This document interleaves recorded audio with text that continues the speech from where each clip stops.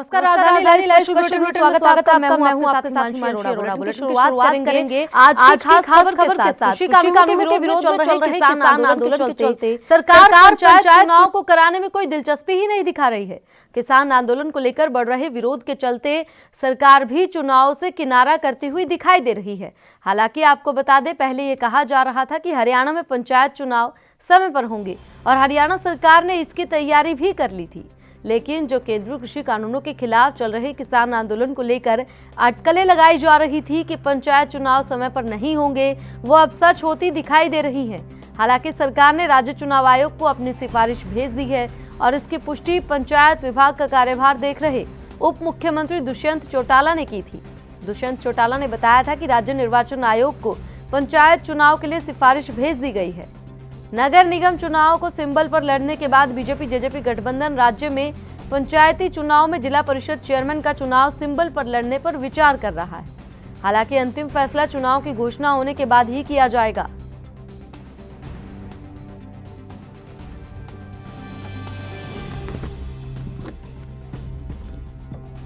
तो कृषि कानूनों के विरोध में किसान आंदोलन लगातार जारी है। आपको बता दें कि 75 दिन से ऊपर हो चुके किसान आंदोलन को, और जिस प्रकार से किसान आंदोलन के चलते हरियाणा में सरकार का विरोध देखने को मिल रहा है वो किसी से छिपा नहीं है।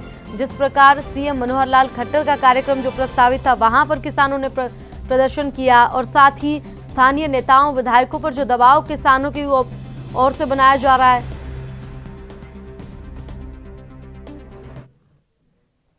और इस खबर पर ज्यादा जानकारी देने के लिए अभिषेक हमारे साथ जुड़ गए हैं। अभिषेक, पहले तो ये कहा जा रहा था कि समय पर चुनाव होंगे और अब जानकारी मिल रही है कि समय पर नहीं हो पाएंगे, क्या कुछ और जानकारी है आपके पास?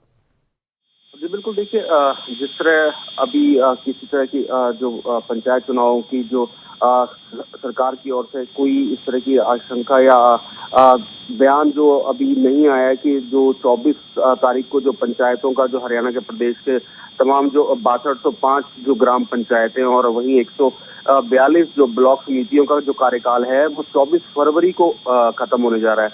तो अब समय जो है थोड़ा सा बचा। कई जो जिले हैं जिसमें वार्ड बंदी का जो काम है वो भी जो है भी पूरा नहीं हो सका है। तो इसी को चलते जो यही अनुमान लगाया जा रहा है या जिस तरह की जानकारी मिल पा रही है कि जो सरकार है अभी फरवरी के जो माह में जो है पंचायत जो चुनाव है वो नहीं करवाने जा रही है, और हो सकता है कि अभी इसमें कुछ समय और लग सकता है, क्योंकि अभी जो 50% जो पंचायत में महिलाओं के जो आरक्षण की जो बात कही गई थी सरकार की ओर से, वो भी जो है हाईकोर्ट में जो मामला है वो विचाराधीन है। तो वहीं जो अधिकारियों का साफ तौर पर ये कहना है कि रोहतक व पानीपत जिले ही ऐसे हैं जहां पर वार्डबंदी करने की या बदलने की जरूरत नहीं है। वहीं शेष जो 20 जो जिले हैं उसमें नए सिरे से वार्डबंदी की जानी है। तो इस तरह की अभी जानकारी मिल रही है। इससे पहले जो 2015 में भी जब पंचायत चुनाव हुए थे तो वो भी 6 महीने का उसमें देरी हुई थी, और उसमें सरकार की ओर से पढ़ी लिखी पंचायत का जो प्रावधान किया गया था कि जो सरपंच है उसका मिनिमम जो क्वालिफिकेशन है वो 10वीं होनी चाहिए। तो इस बार भी अनुमान यही लगाया जा रहा है कि पंचायत चुनाव जो है समय से निर्धारित समय से डिले हो सकते हैं। जी, निर्धारित समय से डिले हो सकते हैं। फिलहाल जिस प्रकार से देखने को मिल रहा है ये तो आपकी बात समझ में आ रही है, लेकिन कुछ दिन पहले दुष्यंत चौटाला ने कहा था कि समय पर ही हरियाणा सरकार चुनाव करवाएगी। तो इसका मतलब कहीं ना कहीं अब समय पर चुनाव तो नहीं हो रहे और 24 तारीख को कार्यकाल खत्म हो रहा है। तो आगे किस प्रकार से रूपरेखा रहेगी, किस प्रकार से कार्यभार संभाला जाएगा, जिम्मेदारी किसकी होगी? बिल्कुल, देखिए जो जब तक चुनाव नहीं होते तो जो ग्राम पंचायत है उसी तरह अपना जो जैसे पहले काम कर रही है उसी तरह जो है काम जारी रहेगा। वहीं जो डिप्टी सीएम दुष्यंत चौटाला जो कि पंचायत डेवलपमेंट के मंत्रालय भी उन्हीं के अधीन है, तो उनका जब पहले बयान आया तो उन्होंने कहा था कि पंचायत चुनाव समय पे होंगे। वहीं सरकार के जो तमाम जो मंत्री है उनका भी यही कहना था कि समय पे होंगे। लेकिन अब जो नया जो कोई इस तरह का सरकार की ओर से इशारा नहीं किया गया कि जो फरवरी के महीने में जो है पंचायत चुनाव, क्योंकि पंचायत चुनाव की किसी तरह की अभी सरगर्मियां या सरकार की ओर से कोई इस तरह का जो नया जो ऐलान कहें उसको वो नहीं हुआ है। तो इससे यही अनुमान लगाया जा रहा है कि जो पंचायत जो चुनाव है वो समय सीमा से निर्धारित समय सीमा से आगे जरूर खिसक सकते हैं। उसमें समय निर्धारित नहीं है कि 2 महीने या 3 महीने या समय क्या लगेगा, क्योंकि पिछली बार भी 6 महीने के समय के बाद जो है पंचायत चुनाव हुए थे। तो अब भी इसी तरह का अनुमान लगाया जा रहा है कि समय सीमा जो है 24 फरवरी को जो पूरा कार्यकाल हो रहा है पंचायतों का, जो ग्राम पंचायत है, तो उसमें जो है अभी विलंब हो सकता है। कल मंत्रिमंडल की बैठक हुई थी, उसको लेकर क्या कुछ जानकारी है? क्या उसमें पंचायत चुनाव का मुद्दा उठाया गया था? क्या उसको लेकर बातचीत की गई थी या फिर इसको छेड़ा ही नहीं गया? नहीं, इस तरह का जो है सरकार की ओर से जो कल कैबिनेट की मुख्यमंत्री मनोहर लाल खट्टर की अध्यक्षता में जो आयोजित हुई थी, इसमें जो पंचायत चुनाव को लेकर कोई भी एजेंडा जो है वो नहीं रखा गया था। इस तरह का जो उसके बाद कैबिनेट के बाद मीटिंग के बाद जो शिक्षा मंत्री प्रदेश के कंवरपाल गुर्जर, उन्होंने ब्रीफ किया कि किन किन विषयों को लेकर चर्चा हुई या क्या क्या निर्णय लिए गए, वो उन्होंने विस्तार से बताया कि जो खिलाड़ियों के लिए जो मुख्य रूप से अब जो ओलंपिक में जो क्वालिफाई करेंगे जो खिलाड़ी, उनको 20 लाख रुपए का इस बार प्रावधान किया गया कि 5 लाख रुपए उनको तैयारियों के लिए पहले एडवांस में दी जाएंगे और 15 लाख रुपए वो बाद में दी जाएंगे। वहीं जो है जो हैफेड के जो वेयर हाउस बनाने की जिक्र किया गया है और वहीं एक टोल टैक्स खत्म करने की बात है। वहीं जो बड़ा ऐलान जो है बजट सत्र जो है 5 मार्च से शुरू करने की जो है कैबिनेट की जो बैठक हुई, उसमें फैसला लिया गया। तो ये पंचायत चुनाव को लेकर जो बात करी, तो पंचायत चुनाव को लेकर, और वहीं जो सरकारी संपत्ति को नुकसान पहुंचाने वाला जो बिल सरकार विधानसभा में ला सकती थी, उसको वो ये वाला भी एजेंडा जो है साफ तौर पर मना किया कि ये एजेंडा वहां नहीं लाया गया। अगर कोई सरकारी संपत्ति को नुकसान पहुंचाता है तो उसका जो भुगतान है वो तोड़फोड़ करने वाले गुटों से या व्यक्ति से सरकार वसूल करेगी। इस तरह का भी था उम्मीद की बिल जो है विधानसभा में लाया जा सकता है, तो लेकिन साफ तौर पर मना किया कि इस तरह का कोई एजेंडा जो है जो बीते कल की कैबिनेट। सवाल यहाँ पर यह भी बनता है कि जिस प्रकार से निकाय चुनाव में बीजेपी को कहीं ना कहीं हार का सामना तमाम सीटों पर करना पड़ा, तमाम सीटें गंवानी पड़ी, तो कहीं ना कहीं डर इसे कहा जा सकता है, क्योंकि जिस प्रकार से किसान आंदोलन के चलते गठबंधन सरकार का, खास तौर पर जेजेपी का, क्योंकि दुष्यंत चौटाला जो हैं वो किसानों के हितैषी माने जाते हैं, किसान के परिवार से माने जाते हैं, लोगों का बहुत भरोसा देवीलाल पर, और कहीं ना कहीं गुस्सा जेजेपी को लेकर साफ तौर पर लोगों में है। और ऐसे में चुनाव की जिम्मेदारी तो है ही, लेकिन जो विरोध देखने को मिल रहा है उसका हर्जाना भी निकाय चुनाव में देखने को मिला। साथ ही बात करें अब आगे जो है उपचुनाव भी होंगे 2 सीटों पर, तो कहीं ना कहीं डर इसे कहा जा सकता है। क्या कुछ फिलहाल जमीनी स्तर पर देखने को मिल रहा है?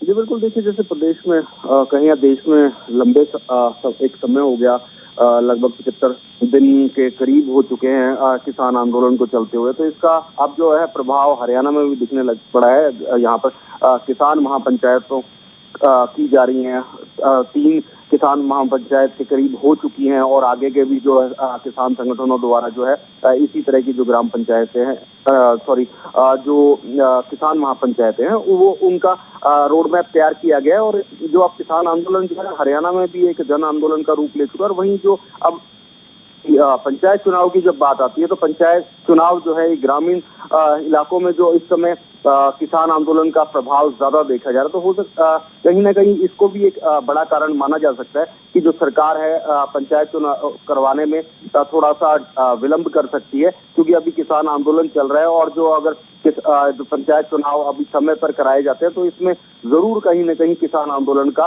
जो है प्रभाव जरूर देखा जा सकता है, क्योंकि कई जो पंचायतें हैं वो इसका विरोध कर सकती है या इस चुनाव का बहिष्कार भी किया जा सकता है कई ग्राम पंचायतों की तरह। इस तरह की भी जरूर खबरें आ रही है, तो इसको लेकर जरूर ये सरकार सोच सकती है कि विलंब कराने में ही इस समय जो है फायदा है। और वहीं जो 2 सीटें जो इनका है अभी उसका ऐलान नहीं किया गया है। जो बाई इलेक्शन जो हरियाणा में अभय सिंह चौटाला जो है इनेलो के नेता है, उनकी ओर से जो विधायक पद से इस्तीफा दिया जा चुका है। और वहीं जो कालका जो सीट है वो भी खाली मानी गई है, तो अभी उसके लिए जो है शेड्यूल जारी नहीं किया गया, लेकिन आने वाले समय में जरूर बाई इलेक्शन 2 होंगे हरियाणा में। और उसमें बीजेपी की और जेजेपी की ओर से ये कहा जा रहा है कि हमारे जो कैंडिडेट है वही यहाँ से जीत के आएंगे। लेकिन किसान आंदोलन का जो इस समय जिस तरह का हरियाणा में किसान आंदोलन पूरे जोरों पर है, तो उसको लेकर जो अभी सरकार जो है किसी भी तरह के जो चुनाव से जरूर बचना चाहिए। जी। किसानों का समर्थन हरियाणा में तो साफ तौर पर दिखाई दे रहा है किसान आंदोलन को लेकर।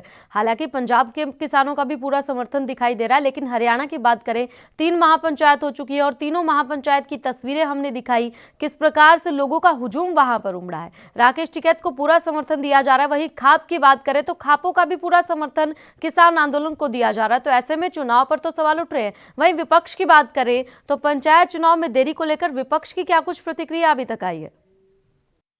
जी देखिए, विपक्ष का जो यही कहना है कि जो चुनाव है वो समय पर होने चाहिए, और जो सरकार है वो जो कहीं ना कहीं पंचायत चुनाव करवाने से डर रही है, क्योंकि किसान आंदोलन चल रहा है और जो पंचायतें हैं वो इसका कई जो पंचायतें वो बहिष्कार कर सकती हैं। लेकिन विपक्ष का यही कहना है कि सरकार को जो ये चुनाव है वो समय पे करवाए और किसी तरह का जो ना करे। लेकिन सरकार जो है इस समय ये किसान आंदोलन को देखते हुए ये जरूर फैसला लेने में इस समय असमर्थ जरूर दिख रही है कि ये जो पंचायत चुनाव हैं वो अभी समय पर कराए जाएं या इनमें कुछ देरी कुछ समय इनको टाला जाए। लेकिन इसमें एक बड़ा कारण ये भी इसमें सामने आ रहा है कि जो वार्डबंदी है वो भी अभी रुकी हुई है, वो उसका भी कार्य पूरा नहीं हुआ, क्योंकि 20 जिलों में वार्डबंदी होनी अभी बाकी है।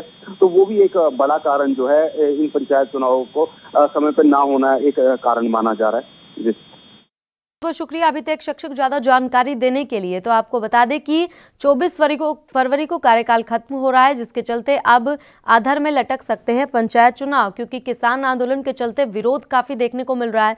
जिस प्रकार से मुख्यमंत्री, विधायक और तमाम नेताओं का जो विरोध प्रदर्शन हरियाणा में देखने को मिल रहा है, उसको लेकर भी कहीं ना कहीं ये अटकलें लगाई जा रही हैं कि पंचायत चुनाव जो हैं वो अधर में लटक सकते हैं और उनकी तारीख और आगे बढ़ सकती है। इसी के साथ रुक करेंगे अगली बड़ी खबर की ओर। दिल्ली में 26 जनवरी को लाल किले पर उपद्रव के लिए उकसाने के आरोप में गिरफ्तार इकबाल सिंह को 7 दिन के लिए पुलिस रिमांड पर भेज दिया गया है। हालांकि पुलिस कोर्ट से ज्यादा दिन की रिमांड चाहती थी, जिसे कोर्ट ने खारिज कर दिया। इकबाल सिंह केस में कोर्ट ने दिल्ली पुलिस की क्राइम ब्रांच को यह भी आदेश दिया है कि अदालत से ले जाते समय और 17 तारीख को फिर से कोर्ट में पेश होने से पहले उसकी मेडिकल जांच करवा दी जाए। क्राइम ब्रांच ने विशेष जांच के लिए कोर्ट से फोन और संपत्ति जब्त किए जाने की मांग की। स्पेशल सेल ने बताया कि आधिकारिक तौर पर अभी तक फोन जब्त नहीं किया गया है। इस पर जज ने क्राइम ब्रांच से इस संबंध में आवेदन करने को कहा।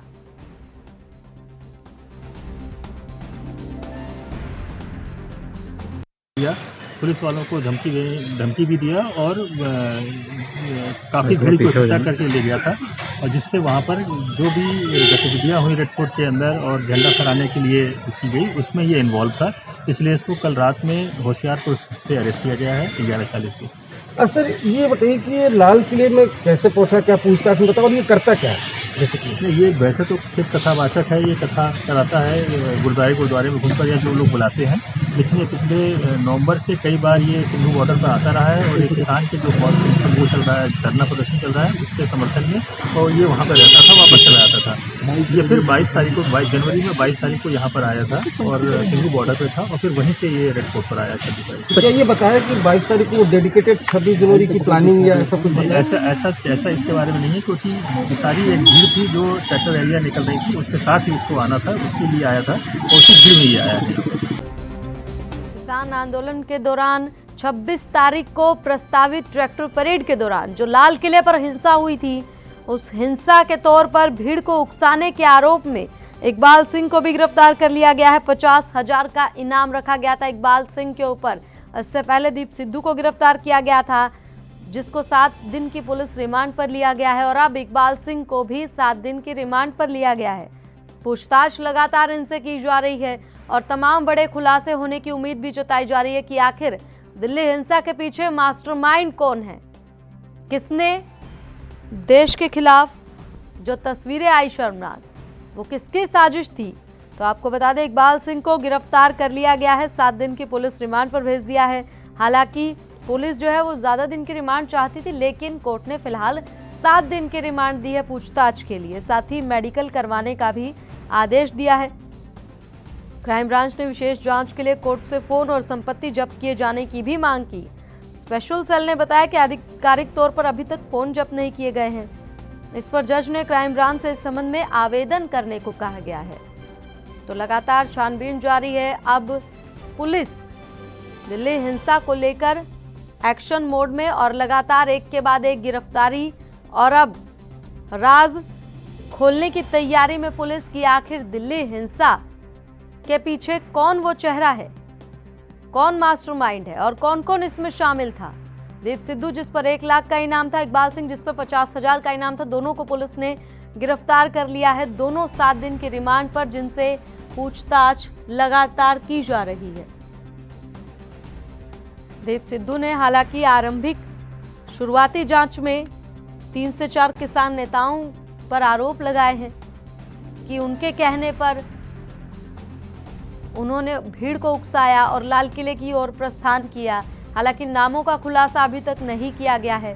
वहीं दूसरी ओर अब इकबाल सिंह की जांच लगातार जारी है। हालांकि अभी तक ये कोई जानकारी नहीं मिल रही कि इकबाल सिंह ने क्या कुछ जानकारी दी है, लेकिन इकबाल सिंह को गिरफ्तार कर लिया गया है। आपको बता दें, पूछताछ लगातार स्पेशल सेल की टीम, क्राइम ब्रांच की टीम कर रही है, तो कई बड़े खुलासे होने की उम्मीद जताई जा रही है।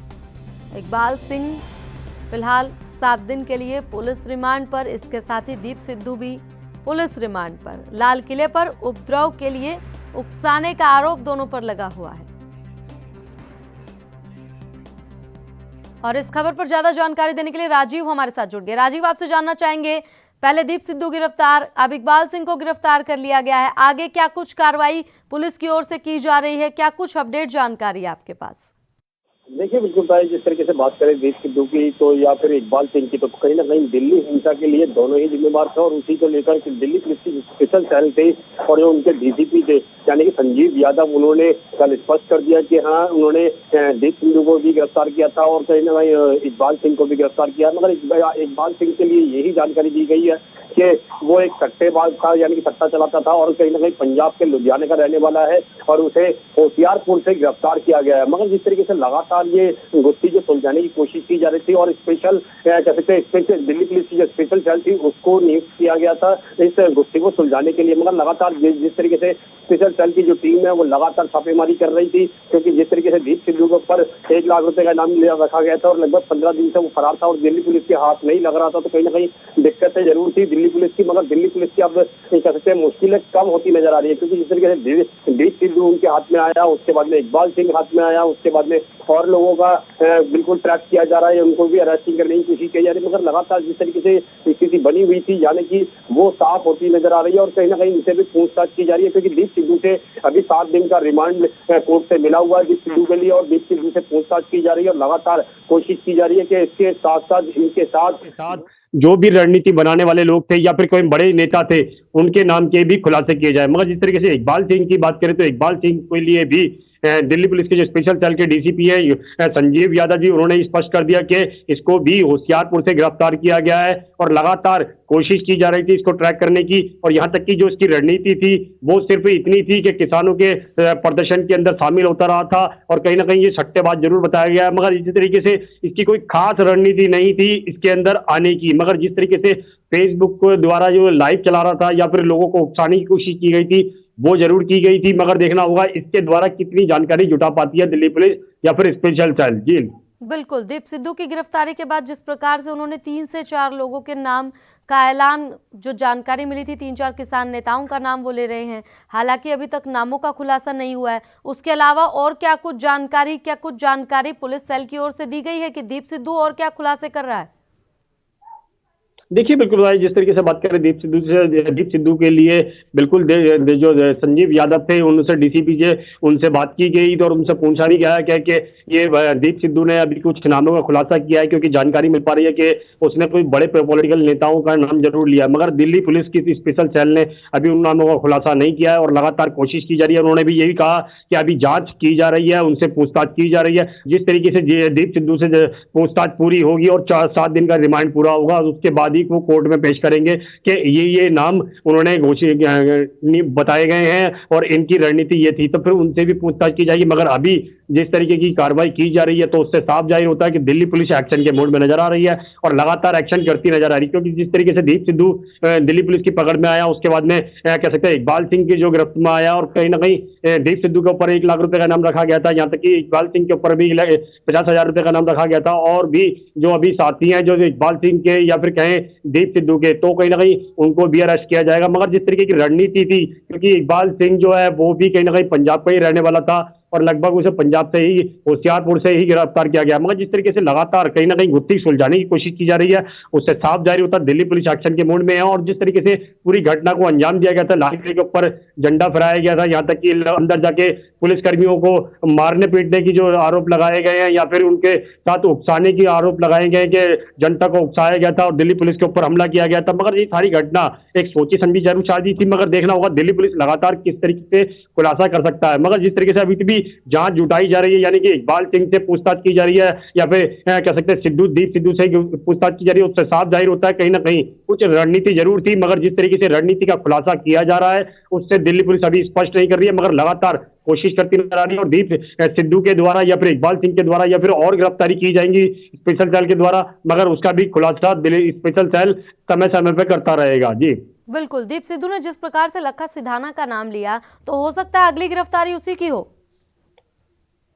देखिए बिल्कुल सही कहा, यहाँ पे दीप सिद्धू ने बेशक किसी भी व्यक्ति का नाम लिया हो, मगर दिल्ली पुलिस ने जरूर स्पष्ट नहीं किया। मगर हाँ, ये जरूर है दिल्ली पुलिस लगातार उन लोगों से भी पूछताछ करी, चाहे वो दीप सिद्धू के द्वारा नाम दिया गया हो या फिर इकबाल सिंह के द्वारा दिया गया हो या फिर और लोगों की जो सीसीटीवी फुटेज के अंदर चेकिंग आई थी, यानी कि जो वीडियो क्लिपिंग आई थी उसके द्वारा हो। मगर हर तरीके से दीप सिद्धू कहे या फिर इकबाल सिंह कहे या फिर जितने भी आरोपी थे उन सबसे पूछताछ की जाएगी और दिल्ली पुलिस लगातार पूछताछ करती भी नजर आ रही है, चाहे वो छापेमारी के द्वारा हो या फिर पंजाब जाके छापेमारी कर रही हो या फिर हरियाणा जाके छापेमारी कर रही हो, तो वो कहीं ना कहीं लगता लगातार दिल्ली पुलिस करना कोशिश करती नजर आ रही है। मगर जिस तरीके से दिल्ली पुलिस की जो शान पे एक धब्बा लगा था, दिल्ली पुलिस उसको भी धोती नजर आ रही है। क्योंकि लगातार जिस तरीके से कहा गया इतनी बड़ी लाल किले के अंदर सुरक्षा होती है, तो फिर किसानों को अंदर जाने कैसे दिया गया और दिल्ली पुलिस के जो जवान थे उनको किस तरीके से पीटा गया। मगर जिस तरीके से सारी घटना हुई है, उससे कहीं ना कहीं ये साफ जाहिर होता है कि सोची समझी साजिश थी, मगर दिल्ली पुलिस उसका खुलासा करती नजर आ रही है। क्योंकि दीप सिद्धू के द्वारा भी पूछताछ है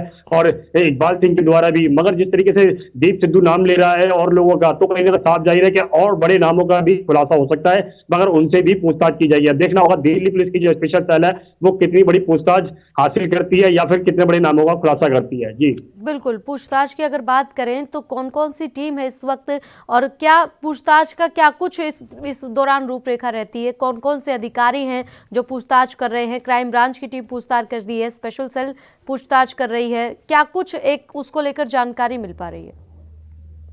देखिए बिल्कुल बताइए, जिस तरीके से बात करें दिल्ली पुलिस की, तो दिल्ली पुलिस की स्पेशल सेल जरूर पूछताछ कर रही है और छानबीन भी कर रही है, छापेमारी भी दिल्ली पुलिस की स्पेशल सेल कर रही है। बात करें और टीमों की, वो भी बिल्कुल काम कर रही है, क्योंकि चाहे वो स्पेशल सेल करे या स्पेशल स्टाफ कहे या फिर एनआईए की टीम कहे, तो लगातार कोशिश जरूर की जा रही है। मगर जिस तरीके से लगातार दिल्ली पुलिस कार्रवाई करती नजर आ रही है, तो उससे साफ जाहिर होता है दिल्ली के अंदर जितनी ये जो 26 जनवरी की हिंसा हुई थी उसके लिए किसी को बख्शा नहीं जाएगा, चाहे वो कोई भी हो, कितना ही बड़ा अधिकारी हो। मगर दिल्ली पुलिस जिस तरीके से एक्शन कर रही है, उससे साफ जाहिर होता है कि कुछ ही समय के अंदर कुछ और गिरफ्तारी भी होंगी और उनसे भी पूछताछ की जाएगी। मगर देखना होगा सारी कार्रवाई किस तरीके से की जा रही है। मगर हाँ, दिल्ली पुलिस लगातार कदम फूंक फूंक के रख रही है, ताकि उनको भी पता है कोई भी जोखिम उठाने हैं वो नहीं चाहेंगे। जी दीप सिद्धू के मोबाइल फोन, लैपटॉप वगैरह सब कुछ पुलिस ने ले लिए हैं अंडर में और लगातार उनसे जांच की जा रही है। हालांकि अभी तक इकबाल सिंह के मोबाइल जब्त नहीं किया गया है।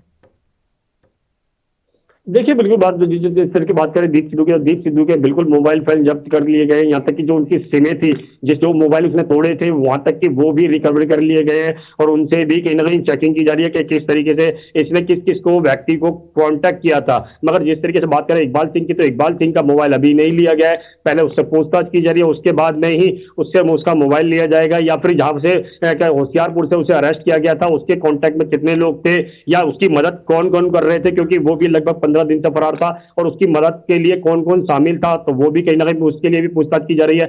मगर देखना होगा दिल्ली पुलिस किस तरीके की कार्रवाई करती है, क्योंकि बड़े नाम जरूर आ सकते हैं इसके अंदर और देखना होगा दीप सिद्धू हो या फिर इकबाल सिंह हो या फिर और लोग हो, उनकी गिरफ्तारी पक्की है और दिल्ली पुलिस लगातार काम करती नजर आ रही है। जी बिल्कुल, जिस प्रकार से दीप सिद्धू की गिरफ्तारी, उसके बाद इकबाल सिंह की गिरफ्तारी, क्या लगता है किसान नेताओं का भी नाम लिया है तो किसान आंदोलन पर इसका क्या कुछ प्रभाव पड़ रहा है? किसानों की ओर से क्या कुछ कहा जा रहा है? खुश तो वो भी दिखाई दे रहे हैं, क्योंकि वो खुद कह रहे थे कि दिल्ली हिंसा जिस भी उपद्रवियों ने मचाई है उनके खिलाफ कार्रवाई तो होनी चाहिए, लेकिन आंदोलन की बात करें तो कमजोर पड़ता ये आंदोलन दिखाई दे रहा है या और मजबूत होता? देखिए, यहाँ पर बात करें जिसकी वजह दीप सिद्धू की, तो दीप सिद्धू हो या इकबाल सिंह हो, कहीं ना कहीं किसान नेताओं के नाम भी आ रहे हैं और इसके अंदर ये भी कहा जा रहा है कि विपक्ष भी उनकी कहीं ना कहीं रणनीति के अंदर था और कहीं ना कहीं सरकार का नाम भी लिया गया। यहाँ तक कि किसान नेताओं के द्वारा के सरकार से इनके कॉन्टैक्ट थे, प्रधानमंत्री से कॉन्टैक्ट थे, अमित शाह से कॉन्टैक्ट थे दीप सिद्धू के, मगर ज्यादातर जिस तरीके से प्रूफ भी दिखाए गए, यहाँ तक कि फोटो तक दिखाए गए थे, तो उससे साफ जाहिर होता है कहीं ना कहीं इसके अंदर राजनीति जरूर है। मगर कहीं ना कहीं जिस तरीके से किसान संगठनों के कुछ नेताओं के नाम भी जो आए हैं उनकी दिल्ली पुलिस पूछताछ की जाए, मगर उन्होंने भी पहले कहा था कि अगर इसके अंदर कोई भी दोषी है तो उसके खिलाफ कार्रवाई की जाए, मगर दिल्ली पुलिस उन आम नागरिक यानी कि आम किसानों को परेशान ना करे जो किया जा रहा था। मगर कहीं ना कहीं अब साफ जाहिर होता नजर आ रहा है कि जिस तरीके से एक्शन करती दिल्ली पुलिस नजर आ रही है, तो उससे साफ जाहिर है चाहे वो किसान संगठनों का नेता हो या फिर जनता हो या फिर कोई और जो इनके साथी हो, उन सबको गिरफ्तार किया जाएगा। मगर जिस तरीके से दीप सिद्धू की गिरफ्तारी हुई, उसके बाद में इकबाल सिंह की गिरफ्तारी हुई, तो लगातार शायद यही अंदाजा लगाया जा रहा है कि दिल्ली पुलिस और लोगों की गिरफ्तारी भी कर सकती है। चलिए, बहुत बहुत शुक्रिया ज्यादा जानकारी देने के लिए राजीव। तो इसी के साथ रुक करते हैं अगली खबर की ओर। मुंबई क्राइम ब्रांच ने छापा मारकर एक ऐसे गिरोह का पर्दाफाश किया है जो फर्जी दस्तावेजों के आधार पर नेपाल से भारत आए नेपाली नागरिकों का हिंदुस्तानी आधार कार्ड बनाते थे। इस मामले में मुंबई क्राइम ब्रांच ने 12 आरोपियों को गिरफ्तार किया है, जिसमें से 10 नेपाली हैं जिनके आधार कार्ड फर्जी दस्तावेजों के आधार पर बनाए गए, जबकि 2 अन्य आधार कार्ड बनाने वाले लोग हैं।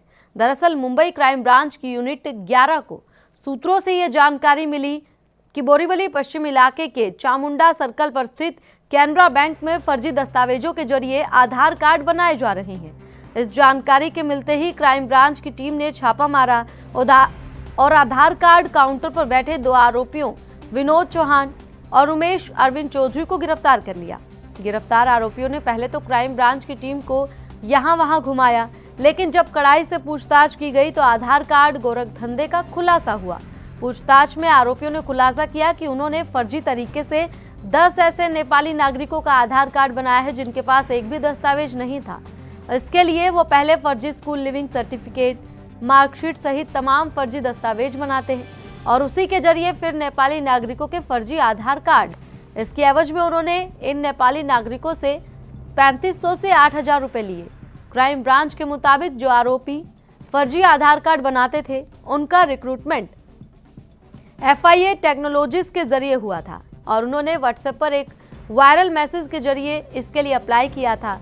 इस मामले में जब UIDAI से क्राइम ब्रांच ने संपर्क किया तो उन्होंने कैनरा बैंक के रजिस्ट्रार को आधार कार्ड बनाने का सेंटर दिया था। इस मामले में क्राइम ब्रांच के रडार पर कैनरा बैंक के तमाम कर्मचारी हैं, क्योंकि गिरफ्तार आरोपियों के साथ उनकी मिली भगत होने का शक क्राइम ब्रांच को है। इतना ही नहीं, गिरफ्तार आरोपियों ने और कितने नेपालियों का आधार कार्ड फर्जी दस्तावेजों के जरिए बनाया है, इसकी भी लगातार जांच की जा रही है। व्यक्ति मिलकर फर्जी डॉक्यूमेंट के आधार पर लोगों को जो इस तरह से आधार कार्ड मिलने के लिए एलिजिबल नहीं है, इनको आधार कार्ड बनवा के दे रहे थे। इसके तहत बोरीवली पुलिस स्टेशन में मामला दर्ज किया गया।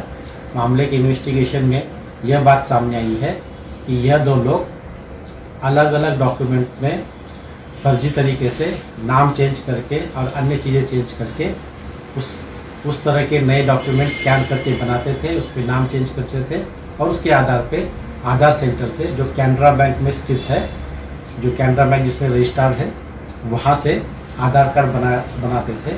अब तक की जानकारी में और इन्वेस्टिगेशन में 10 नेपाल देश के जो सिटीज़न हैं, नागरिक हैं, उनको इस तरह से उन्होंने बना के दिया था।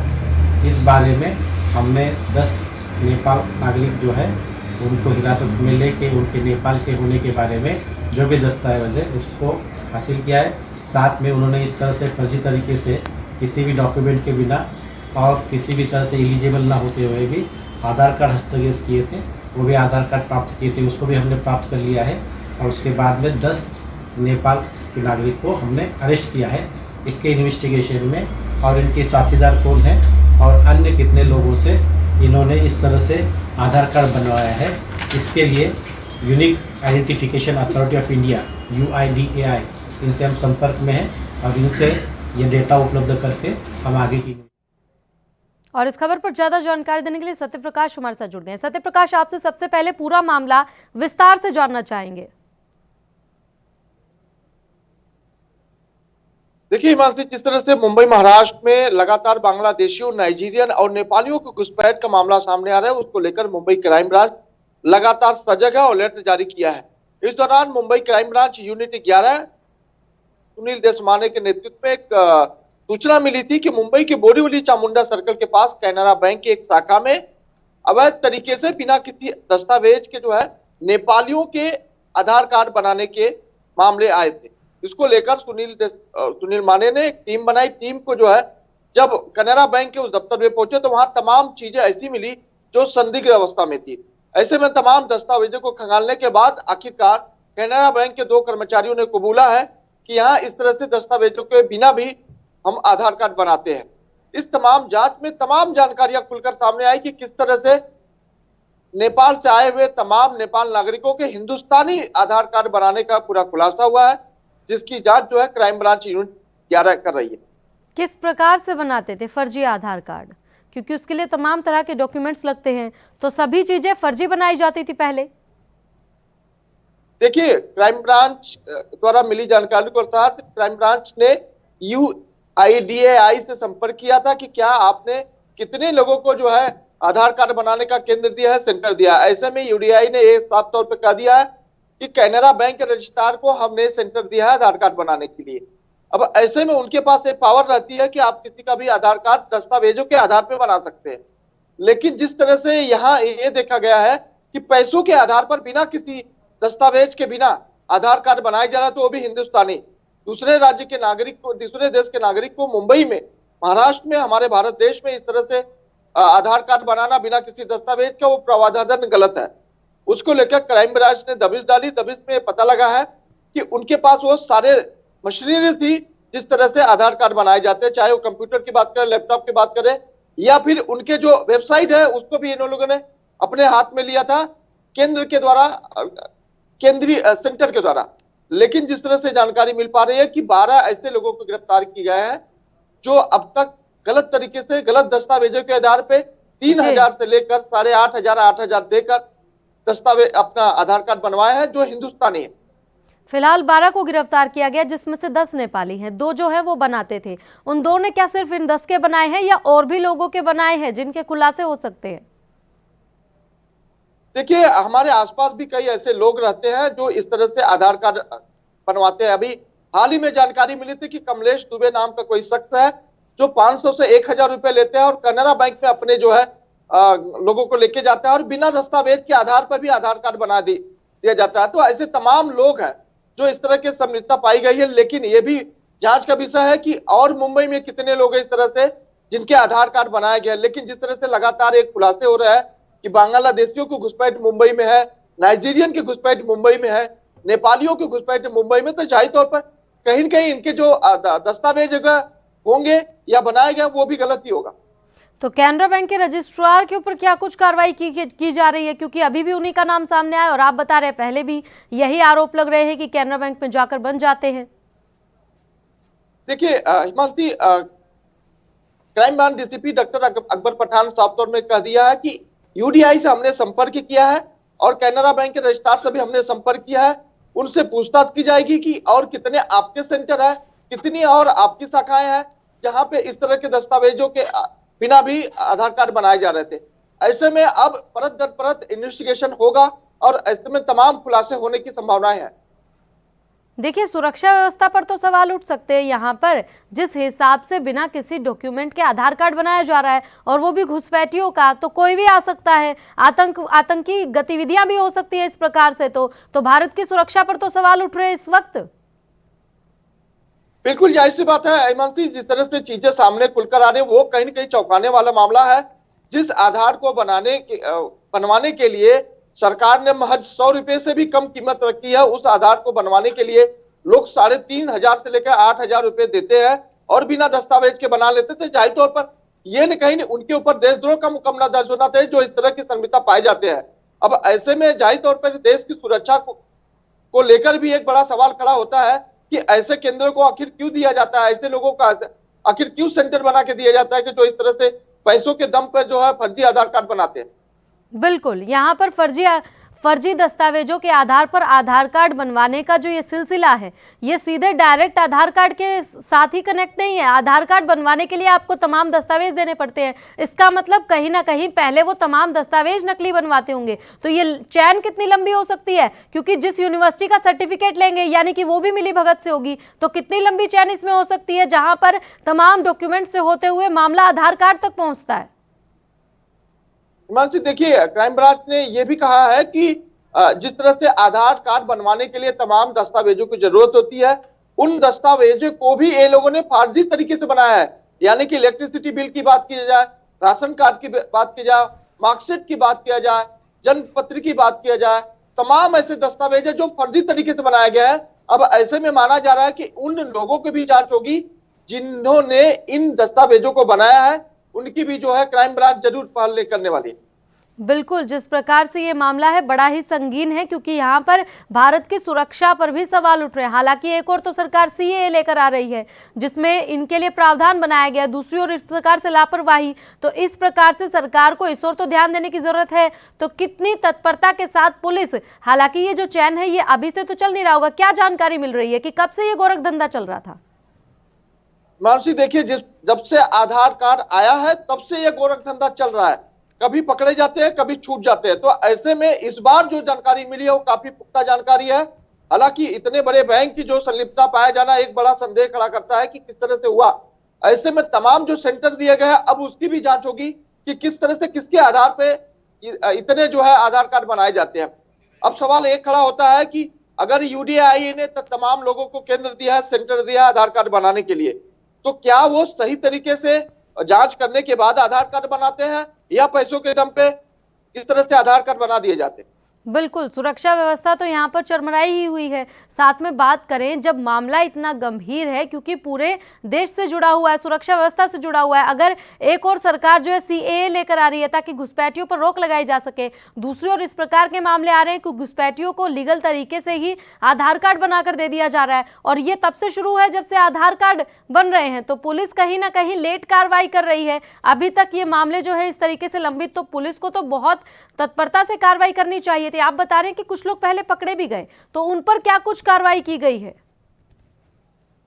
देखिए हिमांशी, पुलिस की रवैया ऐसी रही है कि अगर 200 रुपए में देकर या 500 रुपए में देकर आधार कार्ड बन जाता है तो पुलिस कुछ नहीं करती है, बल्कि पुलिस अपनी हिस्सेदारी शामिल कर देती है कि भाई ठीक है, अगर बनता है तो बनने दो। लेकिन जिस तरह से अब ये पैमाने बढ़ गए हैं उसको लेकर असमंजस की स्थिति है कि इतने बड़े पैमाने पर नाइजीरियन, बांग्लादेशी या फिर नेपालियों का जो आधार कार्ड बनाया जा रहा है वो भी पूरी तरह से फर्जी दस्तावेजों के आधार पर, वो कहीं ना कहीं गलत है। ऐसे में जब आप नॉर्मल तरीके से आधार कार्ड बनवाने जाते हैं तो आपको काफी देर लंबी लाइन में खड़े होकर आधार कार्ड बनवाना होता है। बिल्कुल, आपके पास दस्तावेज नहीं है तो भी आपको बन जाएगा, लेकिन आपको इतने पैसे देने पड़ेंगे या इस तरह के पेपर बनवा के देना पड़ेगा। यह भी कहा जाता है अगर आपके पास दस्तावेज नहीं है तो हम दस्तावेज बनवा कर आपको देंगे, लेकिन उसके बदले में आपको इतनी बड़ी रकम देनी पड़ेगी। तो बहुत सारी चीजें हैं जो सामने आती है, लेकिन मामला वहां खत्म हो जाता है जब ये लोग पुलिस स्टेशन पहुंचते हैं और फिर बाद में पुलिस जांच का नाम का हवाला देकर इनको रफा दफा कर देती है। बहुत गंभीर विषय है। यहाँ पर पुलिस के ऊपर आरोप लग रहे हैं क्योंकि पुलिस मामला रफा दफा कर देती है। तो बात करें अगर वहां के विधायकों की, मंत्रियों की, तो क्या उनके मामले में, उनके संज्ञान में ये मामला आया है और उसके बाद उन्होंने क्या कहा एक्शन लेने के लिए? क्योंकि सत्ता में है केंद्र बीजेपी सरकार, हालांकि वहां पर नहीं है सत्ता में, लेकिन केंद्र में तो है। वहां की राज्य सरकार से अगर बात करें या फिर बीजेपी से बात करें तो दोनों की ओर से क्या कुछ प्रतिक्रिया आ रही है? क्योंकि पुलिस का ये रवैया तो बिल्कुल ही बर्दाश्त नहीं किया जाएगा। सुरक्षा का सवाल है यहाँ पर देश की। देखिए हिमांशी, राजनेता तो ये चाहते हैं कि अगर उनका वोट बैंक बढ़ता है तो किसी भी हालात में बढ़ता है तो बढ़ने दीजिए। ऐसे में राजनेताओं के ही कुछ लोग ऐसे मिले जुले होते हैं जो आधार कार्ड बनवाते हैं। अब ऐसे में कई बार ये भी देखा गया है कि तमाम जो है आधार सेंटर राजनेताओं के इशारे पर ही खोले जाते हैं, चाहे वो किसी पक्ष के हो। अब ऐसे में ये भी देखा जाता है कि जिन लोग जो उनके वोट बैंक है, अगर उनके आधार कार्ड नहीं है या उनकी आवश्यकता है तो बिना दस्तावेजों के आधार पर भी बना देते हैं। तो तमाम सवाल खड़े होते हैं राजनेताओं पर भी। हालांकि वोट बैंक की राजनीति है, वोट बैंक से ही राजनेता अपने को चमकाते हैं।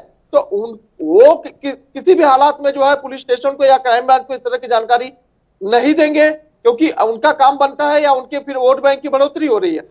बिल्कुल, सबसे बड़ा सवाल तो यही है कि चुनाव के लिए ये सब हो रहा है, आधार कार्ड बनवाए जा रहे हैं ताकि चुनाव में उन्हें वोट मिले, और वोट तो सभी पार्टी को चाहिए, चाहे बीजेपी हो चाहे फिर वहां की कोई भी पार्टी हो, जिसे वोट चाहिए वो सभी आधार कार्ड बनवाएंगे और सभी इसमें संलिप्त आएंगे। लेकिन सवाल तो यहाँ पर देश पर खड़ा हो जाएगा, और फिर देश में अगर कोई ऐसे घुसपैठिया घुस आते हैं और आतंकी गतिविधि हो जाती है, उसके बाद सवाल यही उठते हैं कि आखिर कौन, कैसे वो आतंकवादी घुसा, तब सभी चौकन्ने हो जाते हैं। लेकिन जब ये काम धीरे धीरे चल रहा होता है तब किसी का ध्यान नहीं जाता, तब खुद मंत्री उसमें संलिप्त होते हैं। तो बड़ा सवाल तो यही है, और आखिर जवाब मांगा किससे जाए, क्योंकि मंत्री खुद ही संलिप्त है।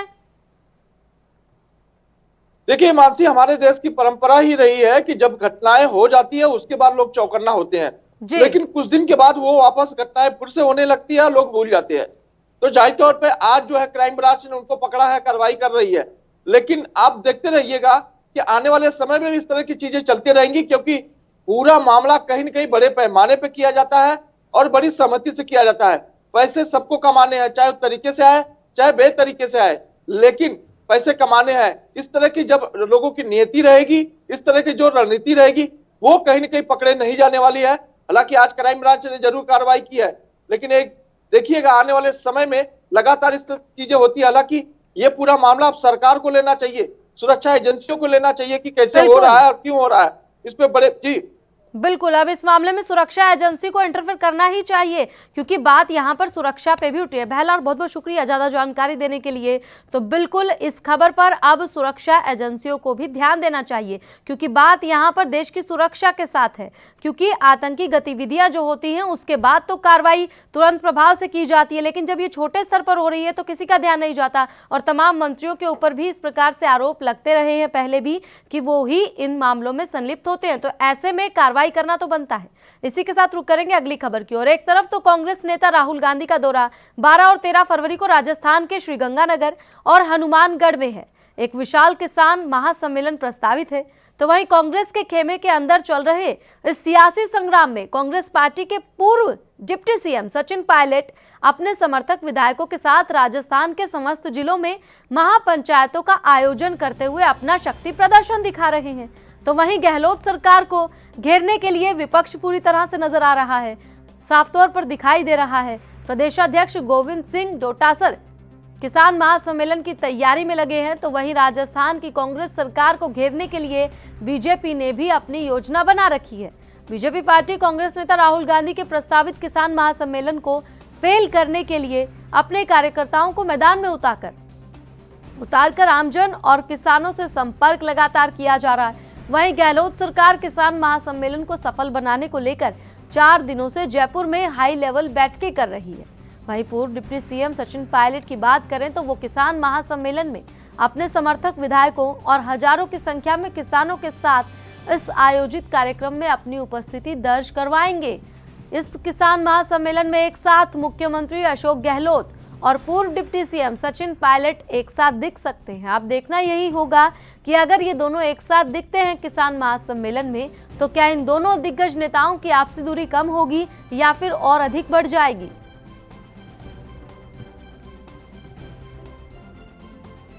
किसानों के साथ में मोदी सरकार अन्याय कर रही है, अत्याचार कर रही है और बिन मांगे जबरदस्ती उनको 3 काले कानून पिला रही है। देश के किसी किसान संगठन ने इन तीनों काले कानूनों की मांग नहीं की। किसी लोकसभा में, राज्यसभा में या किसी भी स्टेट की विधानसभा में या विधान परिषद में मांग नहीं की। उसके बावजूद वोट के आधार पे बनने वाले प्रधानमंत्री जी नोटों के जो मित्र हैं, जिन्होंने नोट लगाए थे, उनके लिए काम कर रहे हैं। और ये तीनों काले कानून, किसान विरोधी कानून, अपने उद्योगपति मित्रों को फायदा देने के लिए ला रहे हैं। आज 70 दिन से किसान परेशान है। पहले NDA 1 में भी भूमि अधिग्रहण कानून जो सर्वसम्मति से, सब दलों की सहमति से बना था, उसको अपने उद्योगपति मित्रों के लिए, फायदे के लिए उसको चेंज कर रहे थे, संशोधन कर रहे थे। राहुल गांधी जी कांग्रेस के नेता हमारे किसानों के साथ खड़े हुए और उस कानून को संशोधित नहीं करने दिया। आज भी तीनों काले कानूनों को लेकर के राहुल गांधी जी किसानों के साथ में है, कांग्रेस पार्टी किसान के साथ में। किसी भी सूरत में किसान का साथ नहीं छोड़ने वाले हैं जब तक ये तीनों काले कानून जो किसान विरोधी हैं, किसान को मजदूर बनाने वाले हैं, किसान की उपज के ऊपर डाका डलवाने के लिए मोदी जी जो षड्यंत्र कर रहे हैं, उसके साथ में राहुल गांधी जी खड़े हैं। 12 और 13 तारीख को राजस्थान के दौरे पे किसानों को संबल देने के लिए आ रहे हैं, उनकी दुख दर्द पूछने के लिए आ रहे हैं। और जब तक ये तीनों काले कानून नहीं लेंगे तब तक राहुल जी और कांग्रेस पार्टी राहुल जी के नेतृत्व में चुप नहीं बैठने वाली है। किसानों के साथ कंधे से कंधे मिला करके चाहे हमें जान देनी पड़े, लेकिन हम लोग पीछे नहीं हटने वाले। और इस खबर पर ज्यादा जानकारी देने के लिए भवानी सिंह हमारे साथ जुड़ गए। भवानी सिंह, आपसे जानना चाहेंगे, सवाल तो अब यहाँ पर यही बन रहा है कि जिस प्रकार से गुटबाजी पहले देखने को मिल रही थी सीएम अशोक गहलोत और पूर्व डिप्टी सीएम सचिन पायलट में, अब दोनों राहुल गांधी की किसान महासम्मेलन में पहुंच सकते हैं। हालांकि अभी तक कंफर्मेशन नहीं आई है, सूत्रों के हवाले से जानकारी ये मिली है, लेकिन क्या लगता है राहुल गांधी दोनों के बीच में सुलह करवा पाएंगे, गुटबाजी खत्म होगी या फिर और तीखे तेवर दोनों के हो जाएंगे? बिल्कुल हिमांशु, मैं आपको बताना चाहूँगा, राजस्थान के अपने सियासत में एक बड़ी संग्राम छिड़ गई है। वहीं मैं आपको बता दूं कि कल जो अपने कांग्रेस नेता राहुल गांधी का सबसे बड़ा दौरा है और अपने ये 12 फरवरी से 13 फरवरी तक चलेगा। और जहां पर इस तैयारियों को लेकर अपने प्रदेश अध्यक्ष गोविंद सिंह डोटासरा ने बिल्कुल तैयारी कर ली है। और वहीं हम आपको बता दें कि जो डिप्टी अपने पूर्व डिप्टी सीएम है अपने सचिन पायलट, जो यहाँ पर अलग अलग जिलों में जाकर ये कर रहे हैं महापंचायत, तो कहीं ना कहीं मुश्किलें खड़ी हो रही है अशोक गहलोत की। क्यों? क्या वो वहाँ पर ये इस महासम्मेलन में आएंगे, उस समय बहुत ही अपने समर्थक विधायकों को लेकर और अपने किसानों की रैली लेकर वहां पे पहुंचेंगे। लेकिन ये बहुत ही गंभीर मामला बना हुआ है। अशोक गहलोत की मुश्किलें और खड़ी हो गई है, क्योंकि एक तरफ तो वो खेमे से अलग होकर अलग अलग वो किसान महापंचायत आयोजन कर रहे हैं और जहां पर अशोक गहलोत इस जिम्मेदारी को निभा रहे हैं और राहुल गांधी के किसान सम्मेलन को सफल बनाने के लिए तैयारियों में लगे हैं। लेकिन सचिन पायलट अलग खेमे से दूर होकर अपने समर्थकों के साथ में जगह जगह पर ये अपने पंचायतों का आयोजन कर रहे हैं। इसको लेकर सियासी संग्राम अपने सीख गया। वहीं आपको बता दें, बीजेपी राहुल गांधी को घेरने के लिए बिल्कुल रणनीति बना दी है, क्योंकि वो राजस्थान अपने सरकार के खिलाफ मोर्चा खोल दिए। उन्होंने बिल्कुल स्पष्ट कर दिया है, सूत्रों से मिली जानकारी के अनुसार, जहां पर ये महापंचायत का आयोजन होने वाला है, जो किसान सम्मेलन होने वाला है, वहां पर बीजेपी अपने कार्यकर्ताओं के साथ में राहुल गांधी को घेर सकती है। जी बिल्कुल, कांग्रेस की गुटबाजी हो तो बीजेपी तो फायदा उठाएगी। अगर सत्ता में वहां पर कांग्रेस है तो कहीं ना कहीं बीजेपी का तो अब ये बनेगा, क्योंकि चाहे विपक्ष में बीजेपी हो चाहे कांग्रेस हो, फायदा उठाने की तो दोनों ही पार्टियां तैयारी में रहती है। लेकिन बात करें गुटबाजी की तो राहुल गांधी कांग्रेस का बड़ा चेहरा वहां पर आ रहे हैं, यानी कि गुटबाजी इस लेवल तक है कि सुलझाने के लिए उन्हें खुद राहुल गांधी को आना पड़ रहा है। और सवाल यही कि राहुल गांधी सुलझा पाएंगे या नहीं, क्या लग रहा है? दोनों पहुंच रहे हैं, सचिन पायलट और अशोक गहलोत राहुल के कार्यक्रम में? बिल्कुल, देखिए सूत्रों से मिली जानकारी के अनुसार तो देखिए अपने मुख्यमंत्री गहलोत तो वहाँ बीसी समारोह में होंगे। वहीं पे ये भी अपने सूत्रों से जानकारी मिली है कि सचिन पायलट बहुत ही अपने किसान दल के साथ में रैली लेकर उस सम्मेलन में जाने वाले हैं और वो अपना शक्ति प्रदर्शन राहुल गांधी को दिखाने वाले हैं कि देखो मैं हजारों की संख्या में किसान लेकर इस महासम्मेलन में आ गया हूँ। तो वहां पर कहीं ना कहीं इन दोनों के बीच में गुटबाजी हो सकती है, क्योंकि देखिए गहलोत को नीचा दिखाने के लिए पूर्व डिप्टी सीएम सचिन पायलट कुछ भी हद तक चले जा सकते हैं। क्यों? कि वो अभी भी खेमे से अलग होकर अलग अलग महापंचायतों का आयोजन कर रहे हैं। और जहां पर गहलोत की बात करें तो उन्होंने बिल्कुल ही इस समारोह को लेकर तैयारियों में जुट पड़े हैं। और वहीं आपको ये भी बताएं कि बहुत बड़ा कार्यक्रम होने वाला है, जहां पर अशोक गहलोत ने अपने पुलिस प्रशासन के आला अधिकारियों को इस अपने सुरक्षा व्यवस्था में जिम्मेदारी सौंपी हुई है।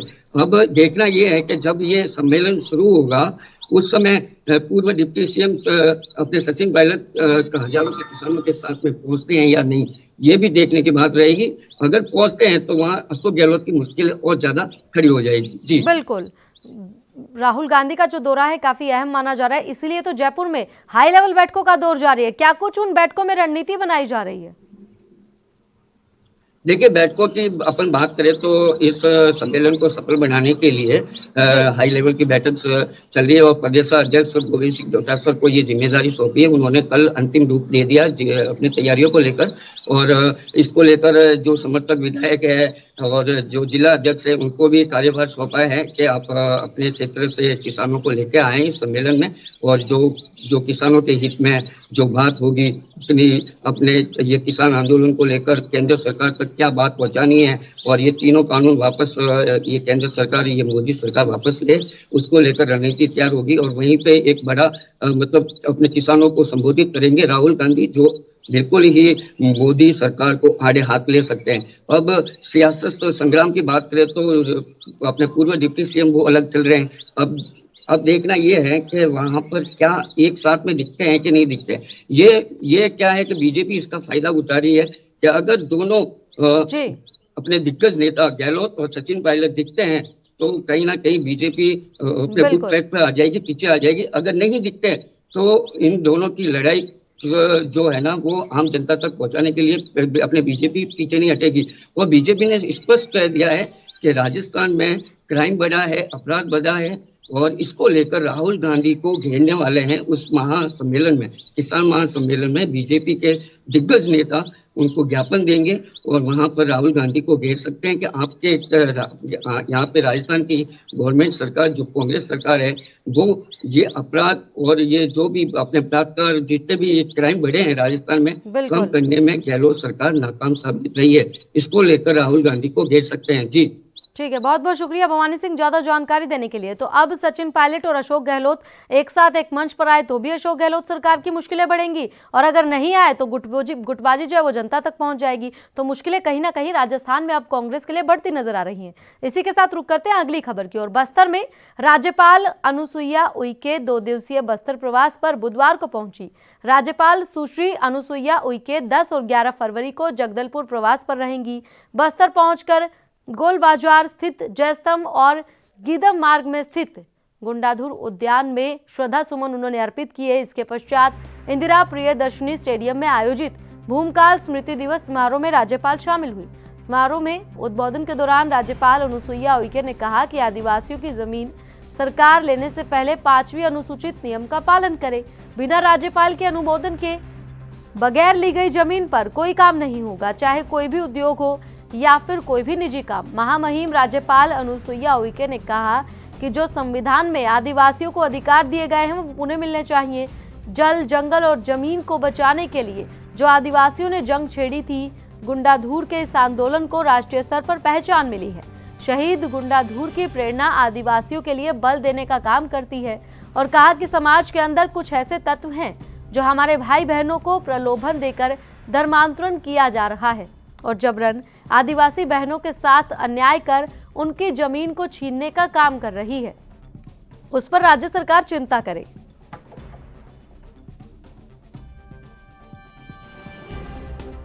कई बार क्या होता है, महसूस किया, एक तो बहुत सीधे होते हैं, सरल होते हैं, बहुत सारे लोग इनकी भी उसमें राजनीति करने लगते हैं। बेचारे लोगों को तो उससे तो कोई मतलब नहीं है। कोई भी चीज़, हर चीज़ के लिए बैठकर ही समाधान किया जा सकता है ना।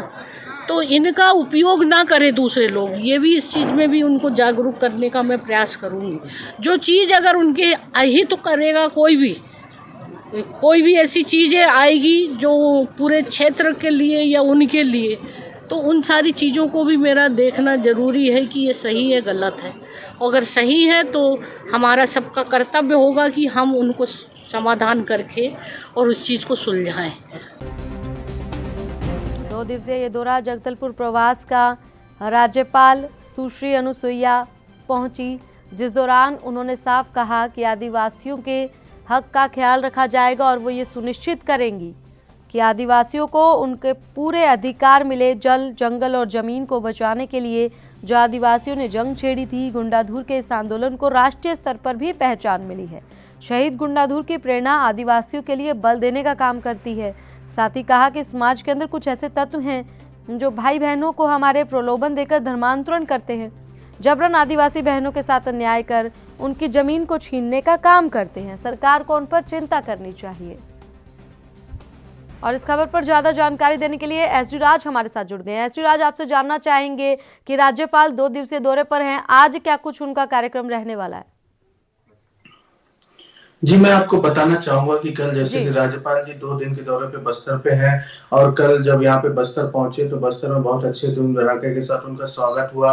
उसके बाद जब कल यहाँ पे भूमकाल दिवस था, भूमकाल दिवस में इन्होंने हजारों लोगों को संबोधन में किया। संबोधन में इन्होंने सीधा सीधा ये कहा कि यहाँ के जो आदिवासी भाई बहन है उनके साथ जो गलत हो रहा है, जैसे कि धर्मांतरण कराने के विषय में, और दूसरा ये इनके जंगल जमीन, जो कि जमीन में उद्योग लगाना, ऐसे बहुत सारे चीजों का यहाँ बस्तर में किया जा रहा है। तो इन्होंने ये सीधा सीधा कहा कि राज्यपाल जी से जब तक का संशोधन नहीं किया जाएगा और ऐसे इनकी जमीनों पे कोई फैक्ट्री उद्योग या कुछ लगाया जाता है तो इसको सीधा सीधा खारिज कर दिया जाएगा। जब तक राज्यपाल जी का जब तक संशोधन होगा उसके बाद ही इस प्रोजेक्ट को पास किया जाएगा।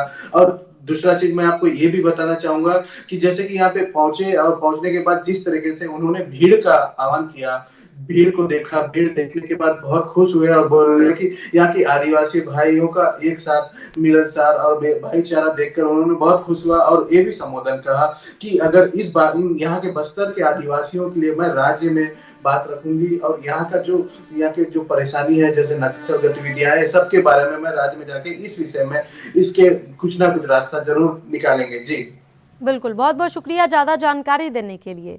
तो 2 दिवसीय कार्यक्रम राज्यपाल का, जिन्होंने साफ ये कहा कि आदिवासियों के लिए वो आगे बातचीत करेंगी और उनको पूरा हक दिलवाएंगी।